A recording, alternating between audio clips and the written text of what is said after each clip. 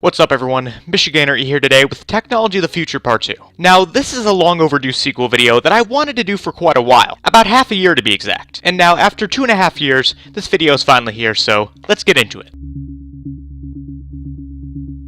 Now, independent creation is an interesting topic to talk about in my opinion. When you think about the possibilities behind it, there's quite a bit that you can talk about and delve into, and that's exactly what I intend to do in this video. So, here's how it's going to work. First, I'm going to talk about it in modern day society, then I'm going to talk about it in future society. The reason for this is because I feel it's good to talk about where independent creation is currently, and what it could lead to in the future. But without further ado, let's finally get to it.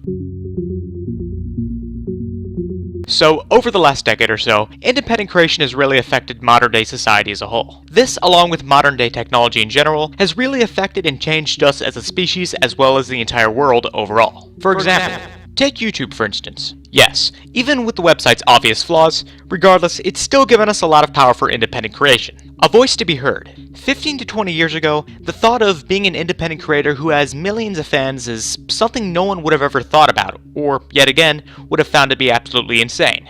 An idea such as this many years ago was nothing more than just a dream. But today, a dream such as this, with enough time and effort, can easily become a reality. The fact that you can become an independent creator and gain over 40 million subscribers on YouTube, as well as have as many Twitter followers as so many celebrities. The fact that nowadays, you can be an independent creator with over 3 million YouTube subscribers, and possibly with a small team, create music videos that rivals that of a high-budget production music company, is something that's truly amazing in my opinion. And this logic behind independent creation doesn't just apply to video creation, it also applies to other forms of entertainment such as gaming and music. Take SoundCloud for instance. For those of you that don't know, SoundCloud is a music website that's one of many that allows you to take music that you've created and upload it to the internet for anyone to listen to. Personally, and I'm sure that many others share this opinion as well, I find it great how nowadays instead of having to be associated with a big company who has their own equipment, instead you can buy your own for a decent price, if you can find equipment for a decent price, which is fairly easy to do nowadays, create your own music with it, upload it, and become a well-known artist. And on the gaming spectrum of things, the fact that you can become a well-received indie developer because of a game like Shovel Knight is absolutely marvelous. Now, at this point of the video, I'm sure that what I'm saying is fairly obvious to most of you, but there's a reason as to why I'm saying all this. The reason is because, if you recall correctly, I stated earlier on in the video that I would first delve into where exactly independent creation is in modern-day society, and what it could possibly lead to in future society. So far, we've talked about where exactly independent creation is right now, so now we're going to talk about where exactly today's independent creation could be taken into the future. So,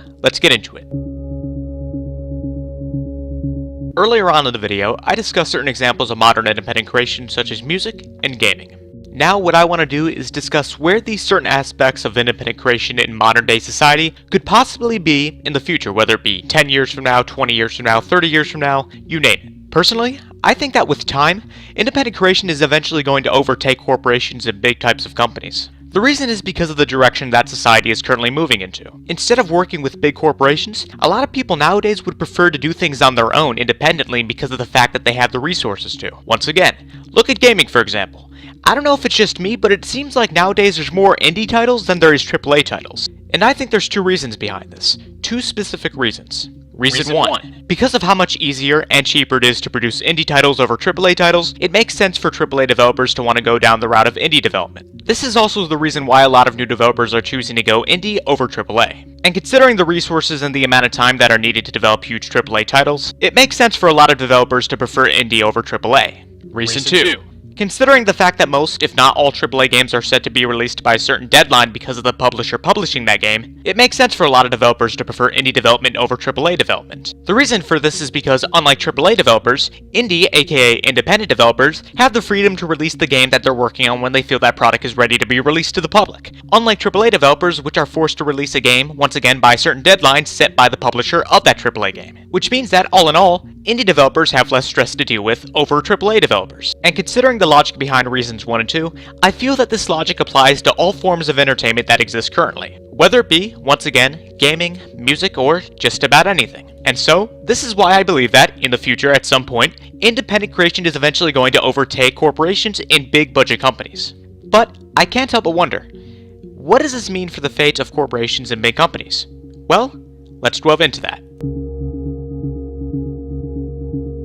So when it comes down to the future of corporation, personally, I feel that corporations in the future, whether it be 20 or 30 years from now, or whenever we're talking about, I think that they're going to be in the minority while independent companies are going to be the majority. Considering the logic that this video is going by, I feel that this theory makes sense. And if this theory turns out to be true, then the question remains, would something else take the place of independent companies if independent companies were to take the place of big corporations?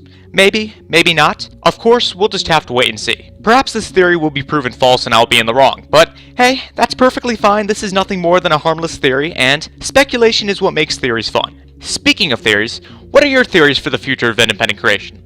If you do have any, then make sure to leave suggestions in the comment section below. I'd be interested in reading them. But anyways, that's all I had to say. I hope you enjoyed this video, and if so, then make sure to like, comment, subscribe, and share on your favorite social media websites. Any support would be appreciated, and I'll see you guys next time. But until then, I'm out. Peace.